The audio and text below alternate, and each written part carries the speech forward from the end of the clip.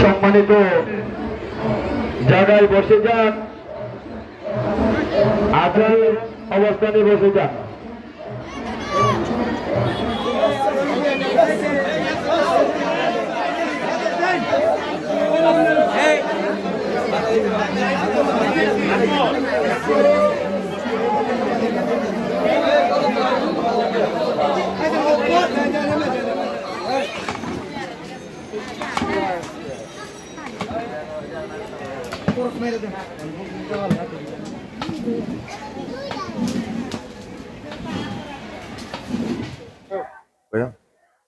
কুল কায়নাতের সবচেয়ে সুখের দিন হচ্ছে আজকে এই আশুরার দিন, মুহররমের যে 10ম তারিখ, সেটা হচ্ছে আশুরা।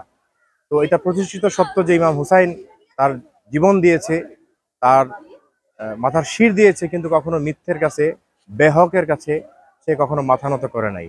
হুসাইনি প্রেম এমন এক প্রেম যেটা জ্বলন্ত সূর্যের মতো কাল কিয়ামত পর্যন্ত থাকবে, যা আমার রাসূল সাল্লাল্লাহু আলাইহি ওয়াসাল্লাম নিজেই বলে গেছেন।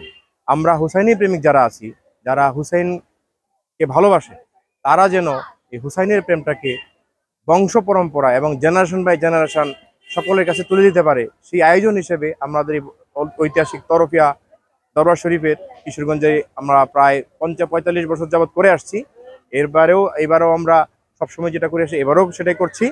আর আমাদের আয়োজনের মধ্যে তাজিয়া মিছিল থাকবে, মুর্সিয়া, মাতম, কোরআনখানি সবই থাকবে, এবং কিছুক্ষণের মধ্যে আমাদের যে তাজিয়া মিছিলটা হবে, এটা হচ্ছে ইসলামী সংস্কৃতিরই একটা অংশ। এই তাজিয়া মিছিল বলে দেয় যে ইমাম হুসাইনের শান মান এটা এখনো বংশ পরম্পরায় জেনারেশন বাই জেনারেশন চলবে। আর আমাদের কিশোরগঞ্জের বগুলাই যে তরফিয়া দরবার শরীফ, এটা অত্যন্ত মর্যাদাপূর্ণভাবে ইমাম হুসাইনের শানে এটা পালন করে আসছে, এবং বাই জেনারেশন এটা চলে আসছে, এবং আগামীতেও ইনশাল্লাহ থাকবে।